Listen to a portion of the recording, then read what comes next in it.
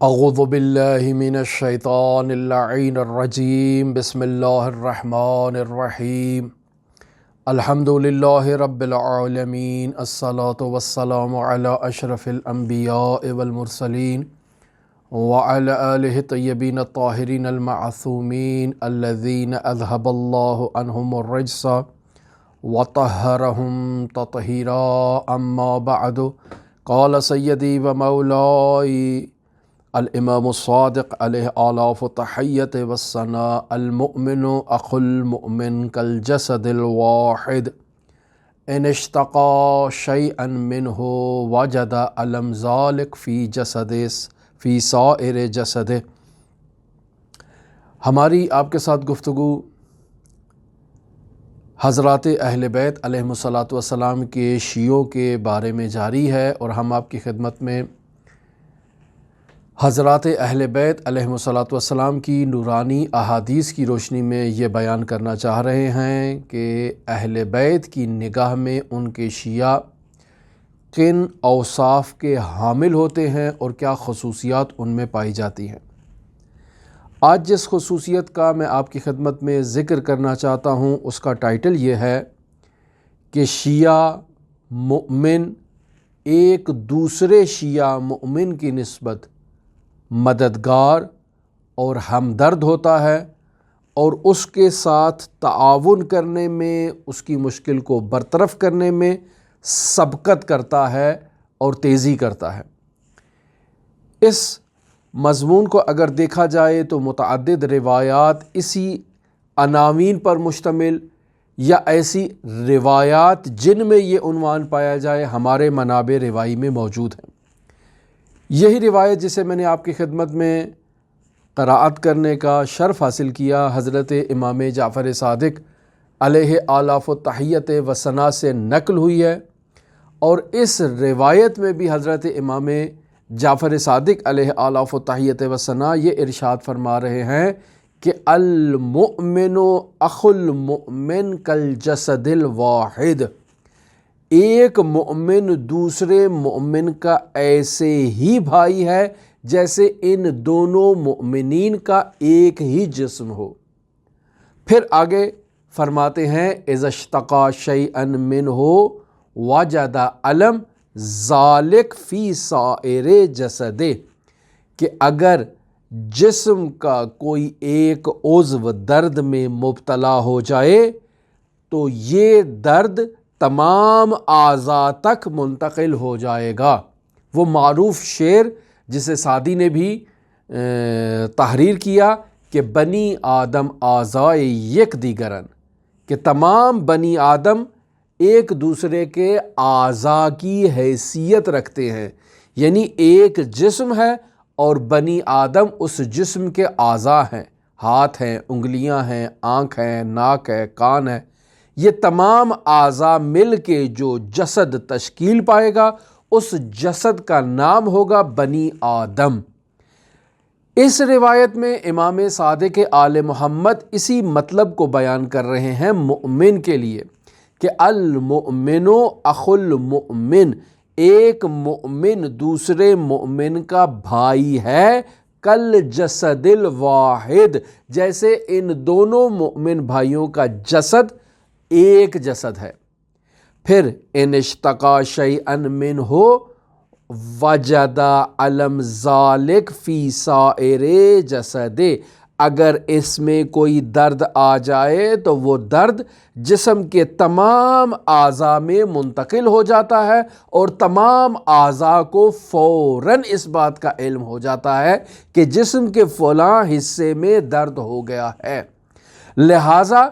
مؤمن کو بھی ایک دوسرے کے ساتھ ایسے ہی ہونا چاہیے، اور ایک دوسرے کے درد کو ایسے احساس کرنا چاہیے جیسے امام صادق آل محمد بیان فرما رہے ہیں۔ یعنی جسم کا کوئی عضو بھی درد میں مبتلا ہو جائے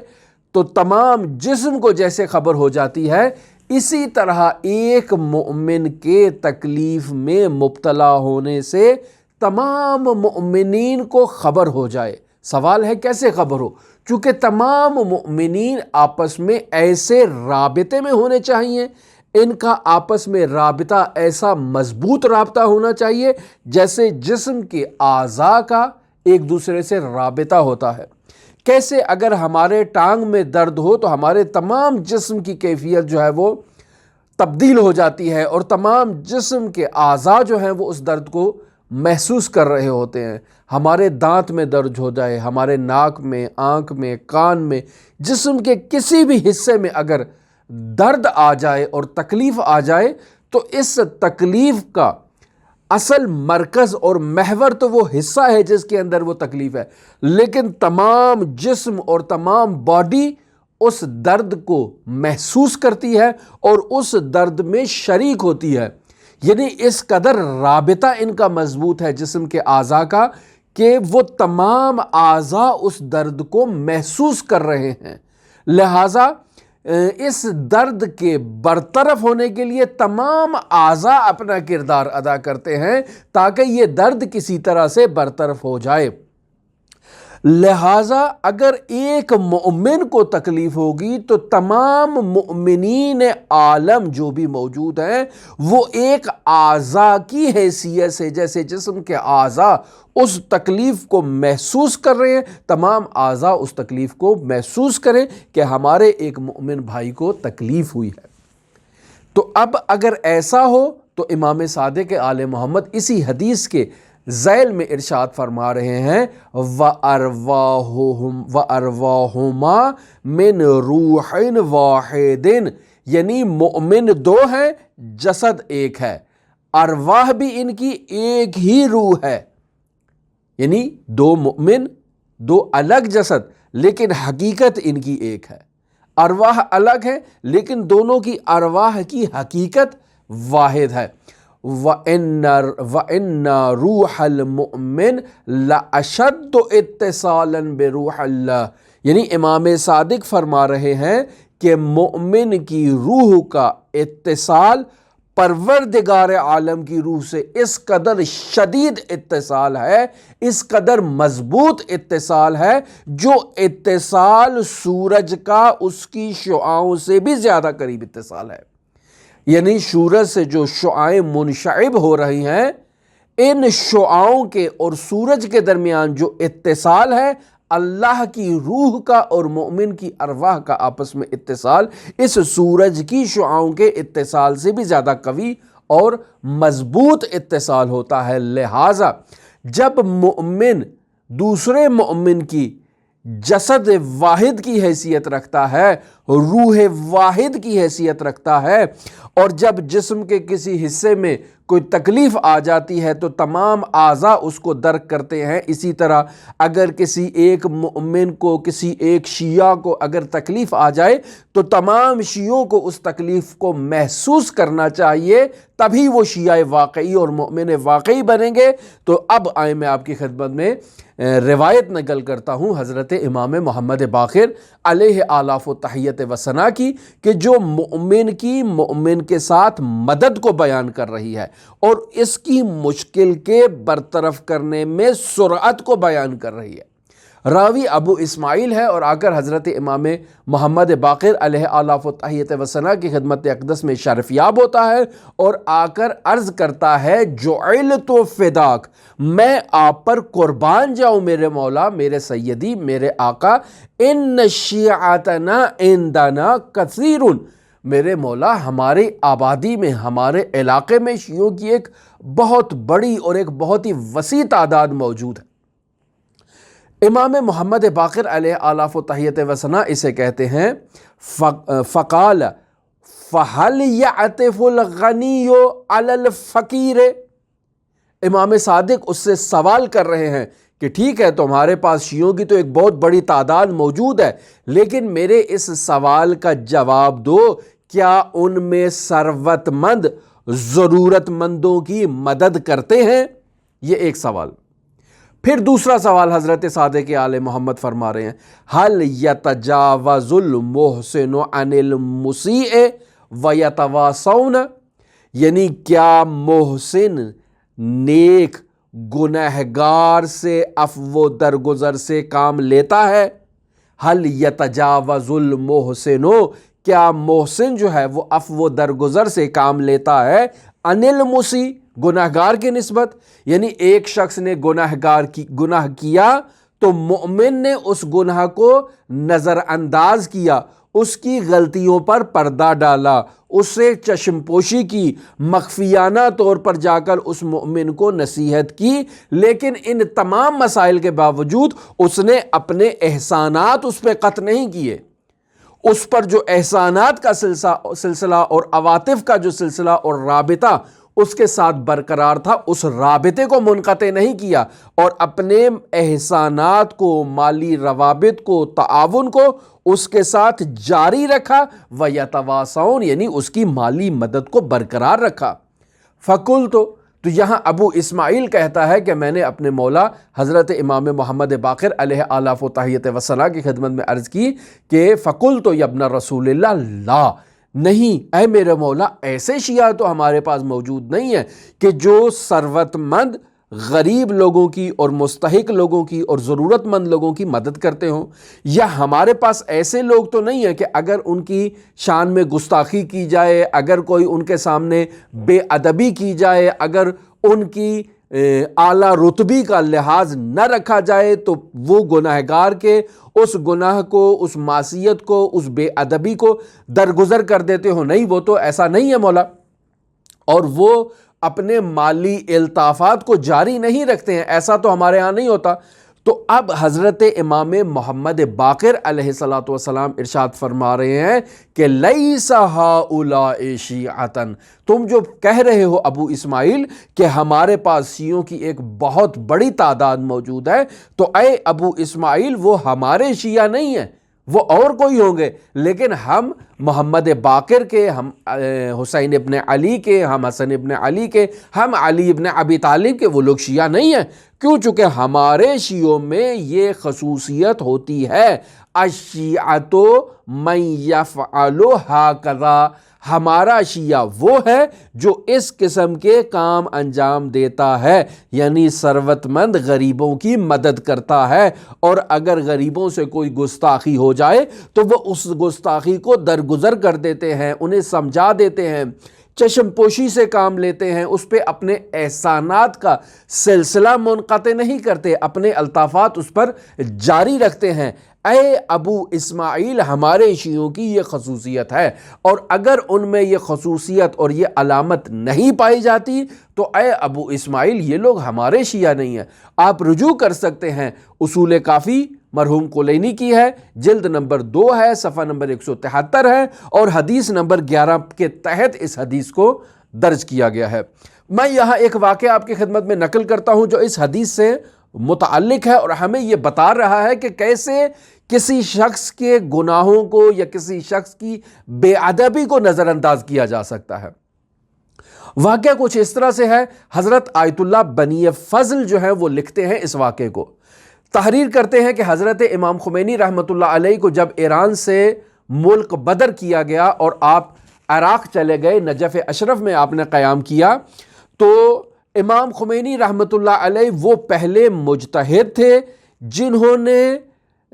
وظائف کی تقسیمی میں اس تبعیض کو ختم کیا حوزہ علمیہ نجف اشرف سے۔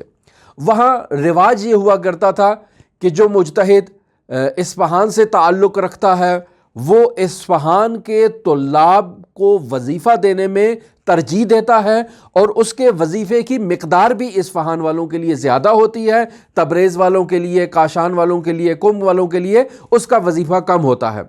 یا وسیع پیمانے پر اگر آپ دیکھ لیں کہ اگر کوئی ایرانی ہے تو اس کو شہریہ زیادہ دیا جائے گا بہ نسبت اس کے کہ کوئی پاکستانی ہے یا کوئی افغانستان سے تعلق رکھتا ہے یا لبنان سے تعلق رکھتا ہے۔ حضرت امام خمینی رحمۃ اللہ علیہ نے جب نجف میں تشریف لے کر گئے اور اس صورتحال کو دیکھا تو آپ نے فرمایا نہیں، یہ صورتحال مناسب نہیں ہے، ایک مقدار کو معین کیا جائے اور ہر ملک سے تعلق رکھنے والے، ہر زبان سے تعلق رکھنے والے، ہر مزاج سے تعلق رکھنے والے شخص کو ایک ہی رواتب تقسیم کیے جائیں اور ایک ہی مقدار میں ان کو وظیفہ معین کیا جائے اور دیا جائے، کسی قسم کی تبعیض اور کسی قسم کی پارٹی بازی سے کام نہ لیا جائے۔ تو آیت اللہ بنی فضل لکھتے ہیں کہ ایک شخص، ایک طالب علم امام خمینی رحمۃ اللہ علیہ کی شان میں مسلسل گستاخی کیا کرتا تھا، یعنی جہاں کہیں بھی وہ امام خمینی کو دیکھتا آپ کے اوپر تمسخر کرتا، آپ کو تنگ کرتا، آپ کی توہین کرتا، آپ کو برا بھلا کہتا تھا، اس کا یہ وتیرہ بن چکا تھا۔ تو ایسے میں وہ شخص جو امام خمینی رحمۃ اللہ علیہ کے وظیفے کو تقسیم کیا کرتا تھا، جو رواتب کی تقسیمی کا منتظم تھا، اس نے جب یہ صورتحال دیکھی تو اس نے خود سے اجتہاد کیا کہ ایک ایسا شخص جو گستاخ ہے، اس کی گستاخی کو روکنے کا واحد ذریعہ یہی ہے کہ اس کے رواتب کو قطع کر دیا جائے اور اس کا وظیفہ منقطع کر کے اسے سبق سکھایا جائے، تاکہ یہ آئندہ حضرت آیت اللہ امام خمینی رحمۃ اللہ علیہ کی شان میں گستاخی نہ کرے۔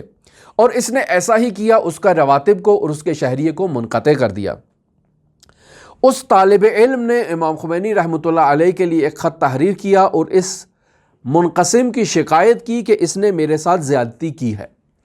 امام خمینی رحمۃ اللہ علیہ نے جب اس خط کو پڑھا تو شدید ناراض ہوئے۔ اگلے دن جب وہ منقسم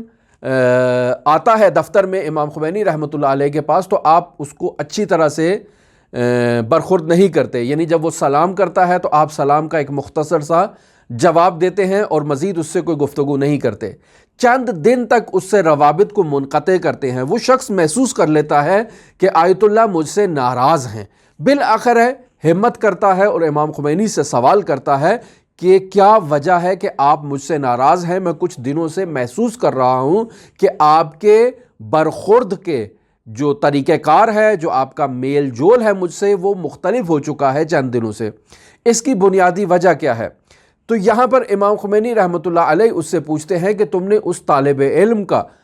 وظیفہ منقطع کیوں کیا ہے؟ کیا وجہ ہے کہ تم نے اس گستاخ طالب علم کا وظیفہ قطع کر دیا ہے؟ تو یہ کہتے ہیں کہ میں نے اجتہاد کیا، میں نے یہ سمجھا کہ وہ شخص آپ کی شان میں گستاخی کرتا ہے، آپ کی توہین کرتا ہے، آپ کو برا بھلا کہتا ہے، آپ کے ساتھ بے ادبی کے ساتھ پیش آتا ہے، تو اس کو سبق سکھانے کا بہتر راستہ یہی ہے کہ اس کا شہریہ قطع کر دیا جائے۔ تو امام خمینی رحمۃ اللہ علیہ شدید ناراض ہوتے ہیں اور اس کو جواب میں یہ کہتے ہیں کہ کیا ہماری تعریف کرنا وظیفے کی تقسیمی کے لیے معیار ہے؟ یعنی اگر کوئی میری تعریف کرے گا تو اسے زیادہ دیا جائے گا، اور اگر کوئی میری برائی کرے گا تو اسے کم دیا جائے گا؟ یہ معیار ہے کوئی ہماری تقسیمی کے لیے؟ کوئی قاعدہ ایسا مقرر کیا ہے؟ بالفرض اگر قاعدہ بھی مقرر کیا ہو تم نے، تو اس کے بیوی بچوں کا کیا قصور ہے؟ گستاخی تو اس شخص نے کی ہے۔ یہ جو وظیفہ لے کر جائے گا تو یہ وظیفہ صرف اپنی ذات کے لیے تو استعمال نہیں کرے گا، اس نے اپنے گھر میں استعمال کرنا ہے، اس کی بیوی ہے، اس کے بچے ہیں، اس کے خانوادہ ہے، تو تمام افراد اس وظیفے کے انقطاع سے متاثر ہوں گے، اور یہ کام تمہارا بالکل درست نہیں ہے۔ لہٰذا فوراً جاؤ اور اس کے گھر جا کر اس سے معذرت کرو اور اسے باقاعدگی کے ساتھ وظیفہ ادا کرو۔ تو یہ وہ طریقہ کار ہے جو حضرات اہل بیت علیہ الصلاۃ والسلام کی سیرت اور تعلیمات میں ہمیں ملا، اور ابھی اسی حدیث میں امام محمد باقر علیہ آلاف و تحیت و ثنا نے یہی ارشاد فرمایا کہ مومن کیا کرتا ہے؟ مومن دوسرے مومن کے لیے ایک ہی جسد کی حیثیت رکھتا ہے، ایک ہی روح کی حیثیت رکھتا ہے، اس کا خداوند متعال سے رابطہ اس قدر قریب رابطہ ہوتا ہے کہ جس سے سورج کی شعاؤں سے بھی قریب تر رابطہ اس مومن کا اللہ تبارک و تعالیٰ کی روح سے ہوتا ہے۔ اور پھر اس کے بعد امام محمد باقر علیہ آلاف و تحیت و ثنا ارشاد فرماتے ہیں کہ مومن وہ مومن ہے کہ جو دوسرے مومنوں کے ساتھ اچھے عنوان سے پیش آئے اور ان کی اقتصادی مشکلات کو برطرف کرے۔ فَهَلْ يَعْطِفُ الْغَنِيُّ عَلَى الْفَقِيرِ، یعنی کیا غنی آدمی جو ہے وہ فقیر اور ضرورت مند شخص کی مدد کرتا ہے؟ وَهَلْ يَتَجَاوَزُ الْمُحْسِنُ عَنِ الْمُسِيءِ، کیا محسن مسیء کے اس گناہ سے درگزر کرتا ہے؟ وَيَتَوَاصَوْنَ، اور اپنا احسان اس کے اوپر جاری رکھتا ہے۔ امام خمینی کی شان میں اس نے گستاخی کی، امام خمینی نے اسے درگزر کیا اور اس گستاخی کو کأن لم یکن قرار دیتے ہوئے اس پر اپنے احسان کو اور الطاف کو دوبارہ جاری رکھا۔ اس کا وظیفہ منقطع کرنے والی کی مذمت کی اور کہا گھر جا کر معافی مانگو اور اس کے وظیفے کو اور اس کی مقرری کو دوبارہ اس کے اوپر جاری رکھو۔ اگر ایسا شیعہ کرتے ہیں ایک دوسرے کے ساتھ تو امام محمد باقر علیہ آلاف و تحیت و ثنا فرماتے ہیں کہ لیس ہؤلاء شیعہ، جو یہ نہیں کرتے وہ ہمارے شیعہ نہیں ہیں۔ ان الشیعہ من یفعل ہاکذا، شیعہ بتحقیق وہ ہے جو یہ کردار اپناتا ہے اور اس طریقہ کار پر عمل کرتا ہے۔ اگر شیعہ اس سیرت عملی ائمہ معصومین پر عمل کرے تو وہ ہرگز کسی ایسے شخص کی برائیوں کو نظر انداز کرتا ہے جو ضرورت مند ہے اور اس کی ضروریات کو وہ پورا کرتا ہے اور اسے مخفیانہ طور پر نصیحت بھی کرتا ہے کہ آپ جو کام کر رہے ہیں وہ ایسا درست کام نہیں ہے۔ روایت نقل کرتا ہوں آپ کی خدمت میں حضرت امام موسیٰ کاظم علیہ آلاف و تحیت و ثنا سے، ارشاد فرماتے ہیں من لم یستطع ان یصلنا فلیصل فقراء شیعتنا۔ امام موسیٰ کاظم علیہ آلاف و تحیت و ثنا وسائل الشیعہ کی جلد نمبر 6 صفحہ نمبر 333 پر حدیث نمبر 29 کے تحت 29 کے تحت ارشاد فرما رہے ہیں، یا بہار الانوار کی جلد نمبر 74 میں بھی حدیث درج ہے۔ امام موسیٰ کاظم علیہ آلاف و تحیت و ثنا ارشاد فرما رہے ہیں کہ من لم یستطع ان یصلنا، یعنی جو شخص قدرت نہیں رکھتا کہ وہ ہمارے محضر میں شرفیاب ہو سکے، اب چاہے حیًّا کان او میتاً، یعنی حضرات اہل بیت علیہم السلام خواہ اس دنیا میں موجود ہیں خواہ اس دنیا میں موجود نہ ہوں، یعنی اگر امام موسیٰ کاظم بغداد میں ہیں، میرے پاس توان ہی نہیں ہے، مجھے ہارون الرشید کا خوف ہے، میں اس کے دربار میں نہیں جا سکتا ہوں کہ کہیں وہ مجھے گرفتار نہ کر لے، میں امام موسیٰ کاظم تک پہنچنے کی جو ہے وہ توان نہیں رکھتا ہوں خوف کی وجہ سے، یا سفر مالی میں میرے پاس اتنی استطاعت نہیں ہے کہ میں سفر کر کے امام موسیٰ کاظم تک پہنچ جاؤں، ایک یہ پہلو ہے۔ تو ایسی صورت میں کیا ہے، فَلْيَصِلْ فُقَرَاءَ شِيعَتَنَا، تو پھر کیا کرو، تم ہمارے مستحق شیعوں تک پہنچ جاؤ اور ان کی ضروریات کو پورا کرو، یہ اس کا نعم البدل ہے۔ یعنی اگر تم امام موسیٰ کاظم کے محضر اقدس میں شرف یاب ہوتے، جو فیض تم امام موسیٰ کاظم سے لینا چاہتے تھے، جو برکتیں لینا چاہتے تھے، جو علم لینا چاہتے تھے، جو سوالات پوچھنا چاہتے تھے، جو الطافات تم لینا چاہتے تھے موسیٰ کاظم سے، تم وہاں تو نہیں پہنچ سکے۔ تم ایک مظلوم مستحق شیعہ کی مدد کر دو، وہ تمام برکات و خیرات تمہارے دروازے تک خود بخود پہنچ جائیں گی، خود بخود تمہارے مسائل حل ہو جائیں گے، خود بخود تمہیں تعلیم دے دی جائے گی، خود بخود تمہارے سوالات کے جوابات تمہیں دروازے تک ہی حضرات اہل بیت علیہم السلام پہنچا دیں گے کسی بھی طرح سے۔ امام محمد باقر علیہ آلاف و تحیت و ثنا سے بھی ایک مشابہ حدیث یہاں پر نقل ہوئی ہے۔ امام محمد باقر علیہ السلام ارشاد فرما رہے ہیں فَوَاللَّهِ مَا شِيعَتُنَا إِلَّا مَنْ، یہاں پر امام محمد باقر علیہ آلاف و تحیت و ثنا فرما رہے ہیں اللہ کی قسم ہمارا وہ شیعہ ہی نہیں ہے مگر وہ ہمارا شیعہ ہے جس میں یہ خصوصیات پائی جائیں۔ یہاں پر امام محمد باقر علیہ آلاف و تحیت و ثنا شیعوں کی خصوصیات بیان کرنا چاہ رہے ہیں، اور پھر اس کے بعد آخر میں حدیث کے ذیل میں ارشاد فرما رہے ہیں وَتَعَهُدِ الْجَيْرَانِ مِنَ الْفُقَرَاءِ، ہمارا شیعہ وہ ہے جو اپنے غریب مستحق ہمسایہ جو فقراء ہیں شیعہ ہیں ان کے بابت متعہد، مسئول اور ذمہ دار ہوتا ہے، یعنی اپنے ضرورت مند ہمسایوں کی ذمہ داریوں کو ادا کرتا ہے، ان کی حوائج کو پورا کرتا ہے، ان کی مشکلات کو برطرف کرتا ہے، صرف یہی، یعنی غریب ہمسایوں کو نہیں، اس کے علاوہ وَذَوِي الْمَسْكَنَةِ، یعنی مسکین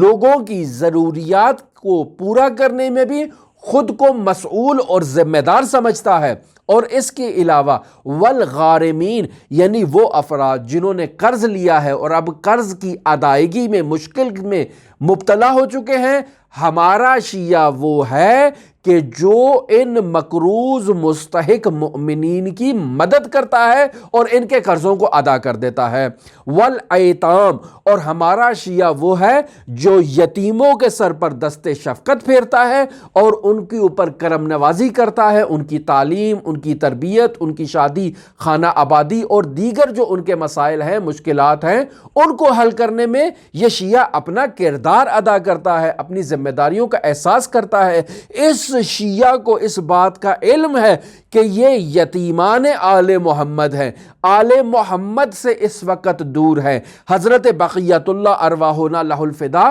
اس وقت پردہ غیبت میں ہے، وہ یہاں موجود نہیں ہے کہ اس مؤمن کی ضروریات کو پورا کریں، اس کے قرض کو ادا کریں، اس کے سر پہ دست شفقت پھیرے۔ تو یہ خود کو اپنے امام برحق کا نائب قرار دیتے ہوئے ان تمام مشکلات کو اور مسائل کو اپنے امام کی نیابت میں خود پر لازم قرار دیتا ہے کہ میں اپنے امام کی نیابت میں یہ تمام کام کروں گا اور امام کے ان